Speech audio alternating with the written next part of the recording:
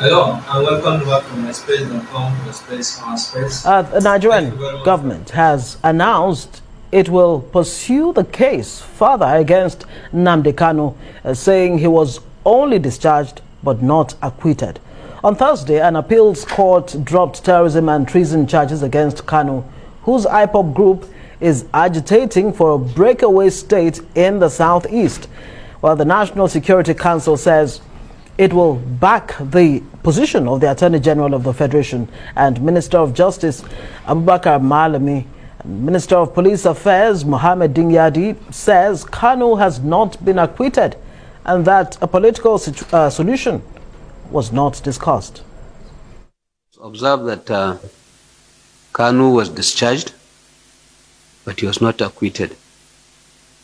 So government is considering the appropriate action to be taken on the matter, and Nigerians will be notified of the position that will finally be taken on the matter in due course. The political decision, the court decision was what we discussed, and I think that is what we reported. The solutions to issues of this nature can be considered provided they are not subjudice. Well, joining us now in the studio is Aloy Ejimako, one of Nnamdi Kanu's counsel. Thank you so much for joining us on the news tonight. It's my pleasure to be here. Well, you just listened to the Minister of Police Affairs, Mohammed Dingyadi, after the National Security Council meeting today. They seem to be backing the Attorney General of the Federation and Minister of Justice stance that, one, your client was discharged and not acquitted. Mm-hmm. How do you respond? And what's the difference between a discharge and an acquittal? Well, first of all, we have to have factual clarity about what the essence of the ruling yesterday.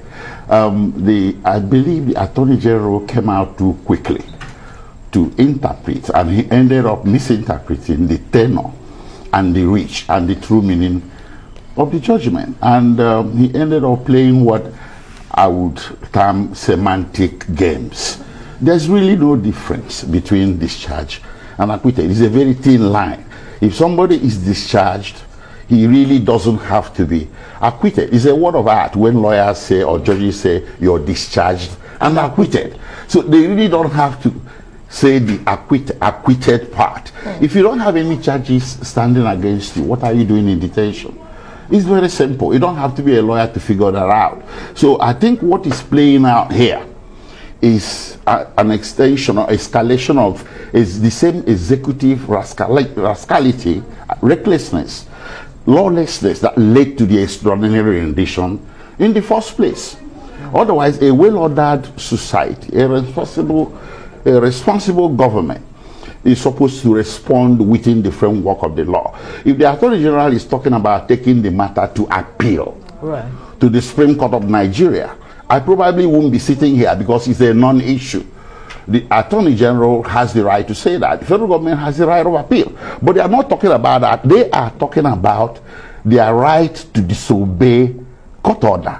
Is that really what they're saying? Or they are saying that the pre-rendition, there were cases, there were charges against Nnamdi Kanu, including the fact that he's a flight risk because he jumped bail, having been given or granted bail. Are you saying that he doesn't have any more questions to answer? No, see, listen, this notion of Nnamdi Kanu jumping bail is straining the boundaries of defamation of character. He didn't jump bail. I personally secured a judgment on January 19th this year from High Court of Omahia that obliterated that notion completely, because the event that compelled his departure from Nigeria was too compelling. It was not volitional. So he had to depart Nigeria in search of a safe haven and to save his life. And the ruling of the High Court of Abia State made it very clear, crystal clear, that his fundamental rights were violated by the attack that was levied at his home in September 2017. So with that sort of judgment, the idea or notion that he jumped bail should be discussed at all. Now, talking about pre-rendition offenses, before you can try anybody for any offense, whether pre-rendition or post-rendition, you have to create the legal environment for transferring a fugitive from one country to the other. And the proper legal environment is called extradition. The absence of extradition has created a permanent barrier to the prosecution of Nnamdi Kanu, and there is no way around it. The federal government committed egregious violation of international laws and treaties and laws of Kenya and laws of the Federal Republic of Nigeria in engaging in that conduct that he did on June 19 last year. So there is no more question of pre-rendition, and the pre-rendition offenses you are talking about have been voluntarily withdrawn by the federal government. They were actually for treason, conspiracy to commit treason, defamation of the character of the president, and for illegal importation of radio equipment. 3 of those were voluntarily dropped by the federal government. They left in place only the illegal importation and padded it up with 15 counts of terrorism offenses. And the court dismissed some of them and left the other one. Now the appeal court has dismissed or struck out the rest of them. So if you don't have any charges pending against somebody and holding him in jail, you're either persecuting him or you engage in an impermissible conduct that the Supreme Court calls holding charge, and it is unconstitutional. So help us understand this, because you said, you know, it's not compulsory that the court uses the word acquittal. But is it not true that if a trial has not taken place, then you cannot talk about an acquittal?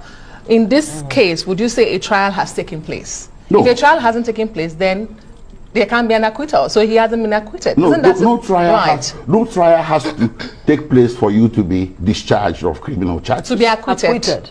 To be discharged. No, he has been discharged. The argument is over him being acquitted or not. I already told you at the beginning. And that's what I'm saying, to clarify that as a lawyer, would you say a trial has taken place? If no, do you not say that an acquittal is possible only when a trial takes place? No, it's not correct. You are importing into what the Attorney General said what he didn't say. He didn't say that a trial has taken place. Of course, it's a standing fact known to everybody that no trial took place. It's also a fact in law that you can be discharged and acquitted without trial taking place. Attorney General knows that. He's just playing games with the public, mind of the public, and it's unfortunate. I don't think this ought to happen. But if you leave the legalities aside, this is the sort of thing that stokes political tensions in society, and it can trigger a nasty diplomatic brawl with Britain. You forget Nnamdi Kanu has a second nationality of United Kingdom. And this kind of gives you a deja vu back to 1984 when Nigeria attempted to rendition Omar Diko, and it led to countervailing consequences. 4 persons were convicted and jailed in UK. The Nigerian aircraft that was going to be used in the interdiction and rendition was itself interdicted in Britain and seized. And Britain broke up diplomatic relations with Nigeria for 2 years, and so on and so forth. And here we are again, several decades later, in a democracy, engaging in conduct that exposes Nigeria to diplomatic sanctions. Right. It shouldn't stand. Okay, so now, what exactly does this discharge of Nnamdi Kanu by the appeal court, what does it really mean for the whole agitation for the Southeast? Does it mean that Nnamdi Kanu, in the event that he's actually granted bail or allowed, to go, this is more than will bail. It put an end to agitations for Biafra? This is more than bail. Bail can come with conditions.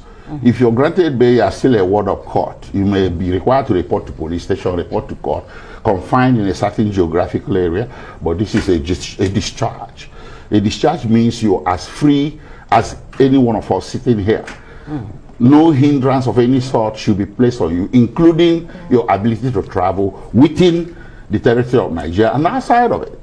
So there is no condition at all. And what it portends for the for the agitation for Biafra is what you're asking about. Right. Well, let's come to that. Since when did self-determination become a criminal offense? I don't think the Court of Appeal would have taken the action it took if he considered it for one moment that Mazi Nnamdi Kanu committed any offense whatsoever, and not of the heinous types that the federal government is accusing him of. Why are we prioritizing punishment, suppression of an enterprise, an activity called self-determination that is protected under the laws of Federal Republic Nigeria? You can check it out. You don't have to take my word for it. Article 20, African Charter on Human and People's Rights, passed by the National Assembly in 1983, protected self-determination for all people. As a government, you can say no, but by all means, you shouldn't punish it. You shouldn't penalize it. Even if it is inconvenient to the government, you should consider it a political opinion, and you should not try to suppress it by means of punishment of some sort. Right. There are calls for a political solution. Yeah. Some Southeast leaders are also saying that, look, if with this ruling or judgment from the appeal court, it will bring back some level of peace to the Southeast. And my question is, what will that political solution look like? First of all, let me commend everybody that has made a statement tending towards that direction of restoring a peace and security in Southeast. That is a very responsible statement to make, and I would call it on the federal government to look seriously into statements like that. So now, talking about political solution, agitation for a separate state is a political question. It's not a legal question. It's not. You can never win sovereignty for a new nation in a court of law, but you can win it across the table of political negotiation. So when someone rises and says, I want out, I want a separate state, he's actually calling you to the table. Because if he can obtain a separate state by the snap of the finger, he doesn't need to talk about it. He'll snap his fingers and the separate state will be created. But when somebody says, I want a separate state and I want to get it through the means of referendum, he's actually calling you to the table. So what is preventing the federal government from coming to the table to discuss this political question of separatism or a separate state for Biafra? And that brings me to my question, because you did earlier say that, you know, if the government continues to hold your client, then it smacks of persecution. Yes. What do you think, if you could hazard a guess, what do you think the government is worried about or is concerned about should your client be released? And I also want to ask you, what is the mood of your client, especially after this decision reached by the appeal court yesterday? Did you speak to him? Yes, I did. I know, not after, not post-judgment, before. I was the only counsel that met with him yesterday. Others, you know, deployed themselves to court. So I was with him till almost 5 p.m. at DSS, waiting to see whether we can get news of the judgment, so I could be the first to give him post-judgment legal advice. But it didn't happen, so he dismissed me. I went home. I'm sure wherever he is now, he's happy, and he's expecting that the government will do the right thing by opening the gates of DSS and permitting him to go home. So, but that is a supposition. Okay. The other part of your question is what I missed. What do you think is the concern of the government? Okay, I touched on this issue briefly. It's very concerning and a bit puzzling that the government of the day should prioritize those agitating for self-determination as the #1 enemy of state. They shouldn't be at all, not even #1. The #1 should be terrorism. The government should be asked that question. Why are you prioritizing agitation for a separate state over terrorism? I mean, you're here permitting, we heard that today the National Security Council met over this matter. Is the National Security Council the Supreme Court? Why should the National Security Council consider itself to sit in judgment over the judgment of a properly constituted constitutional court in the land? So these are the things that are more worrisome to me. Why this priority? Why this undue attention? And that is being removed away from the #1 things that are dogging the society. #1 is terrorism. And the other day, you had a jailbreak at Kuje, and National Security Council did meet over it. Tales of Boko Haram people were released into society by Okay, their well, own that's- hands. Well, they did meet over Right. it. I must Oh, point they that did? out. Oh, they Yeah. did meet Okay, I on stand that and corrected. many security issues afterwards. Well, I stand Yes. corrected, but you see, the reason that I probably might have missed it because this government has shown a proclivity not to take terrorism, fighting terrorism seriously. Right. They have shown an inclination to be targeting people that are agitating for a separate state, and it's very puzzling.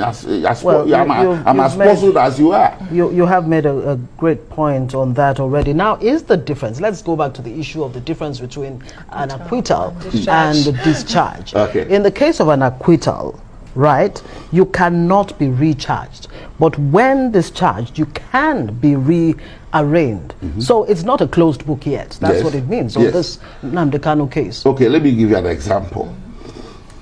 If I walk out of here right now, this is a jail, the detention center, I walk out on a discharge. It doesn't give me immunity from further prosecution, but I have to be allowed to walk out first. The court ordered that Nnamdi Kanu has been discharged. You obey the order first before you can bring up any new charges. But when you do that, in the unique circumstances of Nnamdi Kanu, there's a problem. Nnamdi Kanu is in Nigeria through a process that breached the law. So what is the fix? I can't tell you everything. I'm not here to give legal advice to the federal government. What's your but next- there's a fix. Right. One of them is to obey the order first before you talk of bringing up new charges. You have to obey the order by releasing him. If you hold him absent of charges, you have violated the constitution and you have turned the prosecution to persecution. All right, And- we'll have to leave it there. and Thank very you so unfortunate. much. A lawyer, Jimako, on Nnamdi Kanu's appeal court, of course, one of Nnamdi Kanu's counsels. Thank you so much for joining us on Newsnight. Thank you.